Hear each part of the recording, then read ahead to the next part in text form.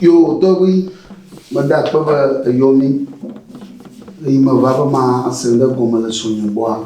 Ben, bien, bon, Tami, on a signé Togo. Ben, yo son il est bon.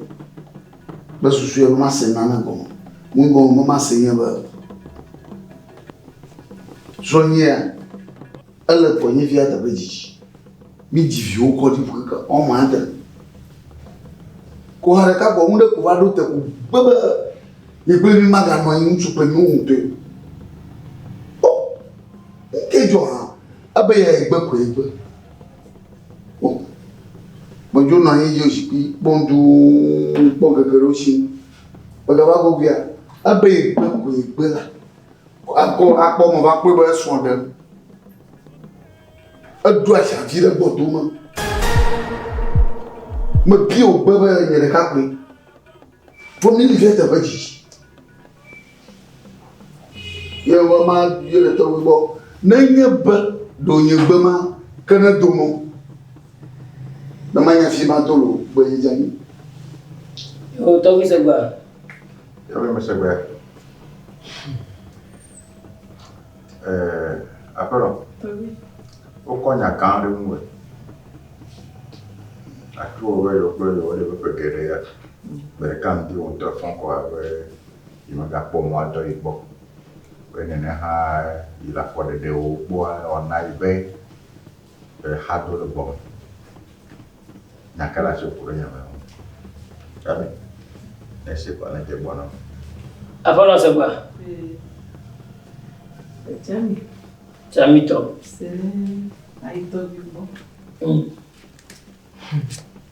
na questão de várias profissões e aí be nya no no fi edidi nya be vi o so ta ku mi vo to le be en ti konam e ma gba jifiko en ti ade le la don bonyare le za angevia sonye be o be ma ngevia zange o be nja zange vio be o enu ti konam e de gbonya e fulava nyawo yo to bi segba ya me segba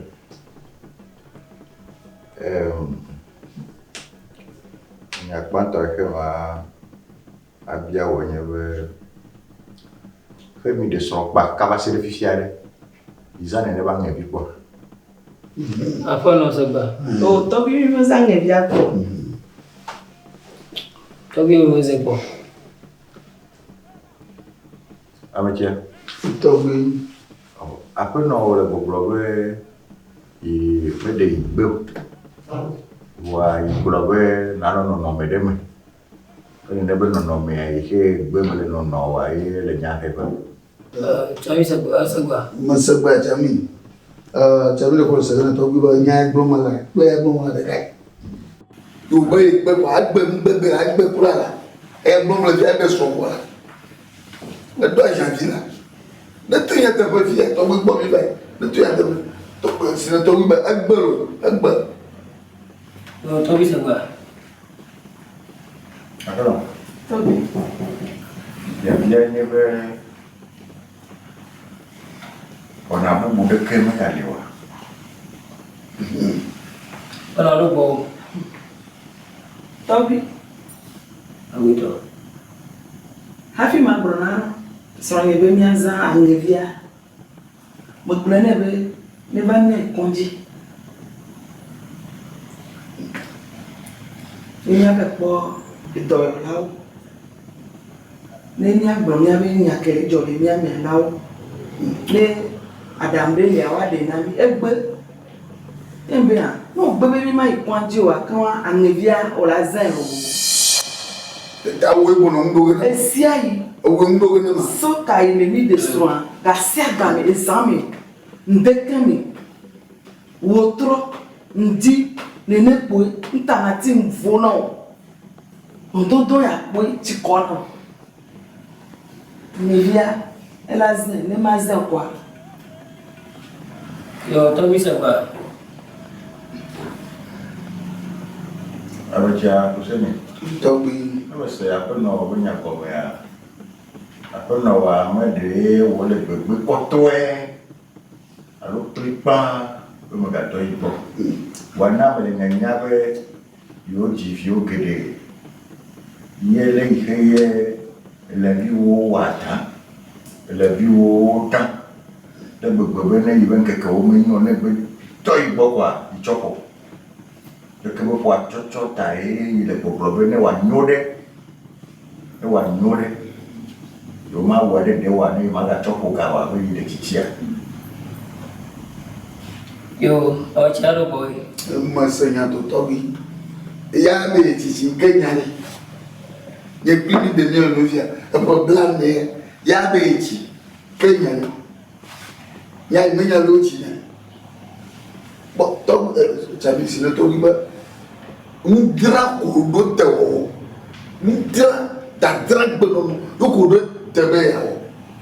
Le bi agbe ma, le gbe ne no atomo. Makan ne wa kana ngwa no adwa yi. Yo, Tobi sebuah. Sebuah. Apa no? Tobi. Le nyawo no kuku mwa. Wana kuku kan wona. Ikeme nyako kuku apa tone doange. Amati ade le fofona nya do anye ke brole le kwanye kwa. Tobi ni mo se sianga. Manya nka ndo ko covid gare ma ba peti kero ba nge ma ko ma wa ma se de ko ma ni ma ko ma ji shu manya nka mo ko ai mi ya fi ko nya ma chu bai Tobi sebuah. Ya ve nyane kuja. Apa no? Tobi. Le matwange wale wana mbu ke bagala le tolo lawo wa pajiwa. Wa tuma wona wo towa. Ya, apa no sebuah? Tobi, nous sommes caca. Tobi wana ole. Obo ngento mo ile do lo gbo. Ebe kunu gom hafi paglona apoto yawe nyake ile do lo gbo ile do. Kebe tembe akane ma wewa. Ela dange via. Kemi keme va do lo gbo. O so nsubo so fion. Obedele wa do da bona. Obedele wa do na potom. Obedele o la do na wotriton. A jiniton kwa. Ma va no we. Me de mena eswanye gbe. ya nya ma ba do Ebe ye mai do la gbo kudomo. Kwa chamiga cinéma de Tobi Bobo. Neja de bonya, de na bonya traditoire.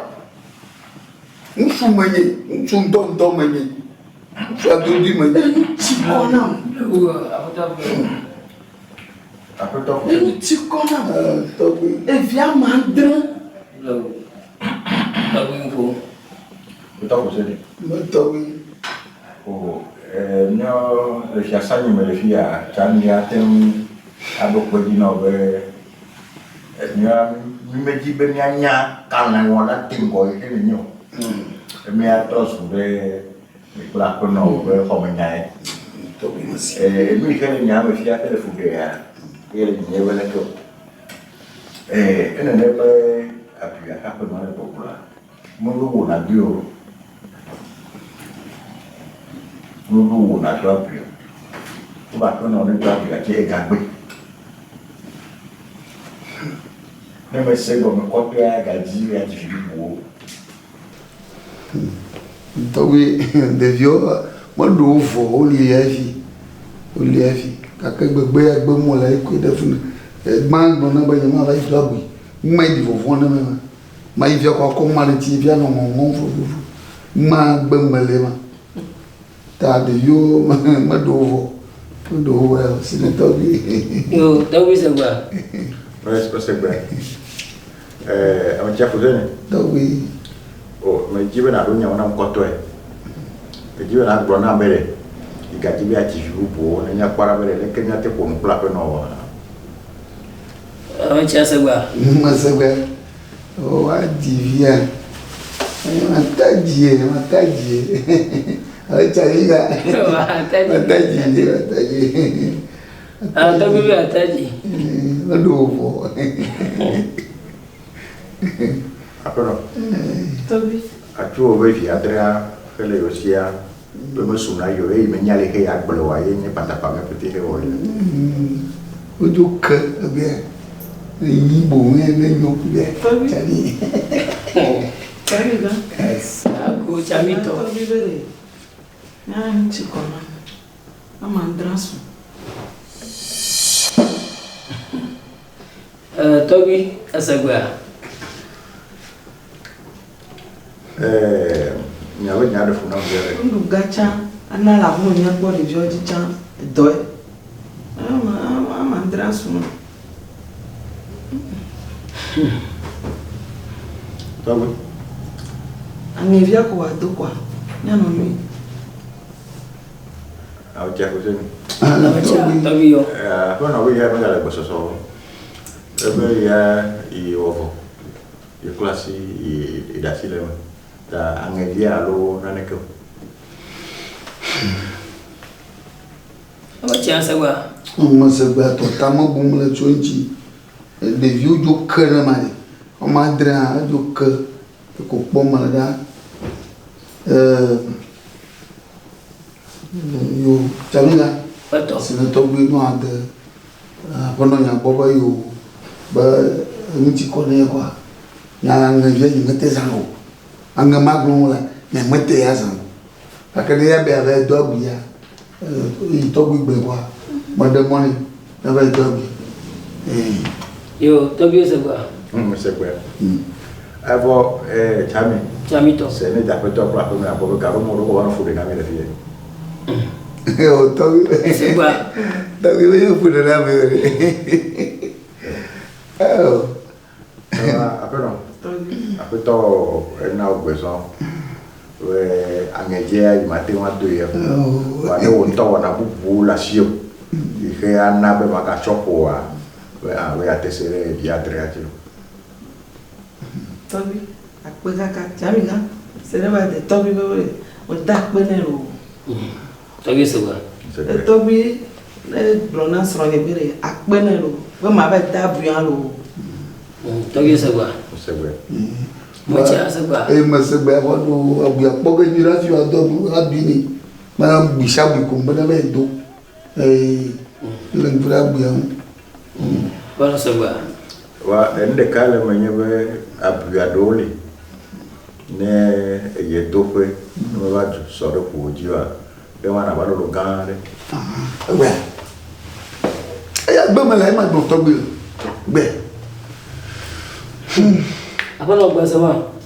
Ah, jo zangevia ko evo. Angevia nye mo ja lolo. Gava do mana mo. Shakata la ne. Nke tu le vo angevio. Afo de vieux ko ranga ma. Togo ni se ba. Togi ko me ai. No flow. Ah, wa ba gara nya kli do mi. Yo. Yo. ma bo tro mi ro na ma ko Yo. nya ikele formasia wo no agbre mi ja ba mi jira nya to modo o de mo le musia mu na mi wa mi musia mo ni na mi ta me ta pena nya ko como se solta dami Chamito. ma piamo Bana sagwa. Togi chucho shama na foji. Tobi Togi akpe na bitewe. Tobi ne no agbete gbero. Tobi akpe kaka. Ima. Akpene Isone. Nya to afo nyema. Pe la angevia Togo. Allo de vieux ko Ah, o ranga. la angevia Togo la. Tani ye ma. Ayo, chami e ya ma nyonge. Le kanya dole na. Ne la fia ko ba. Ang sa pagpagana.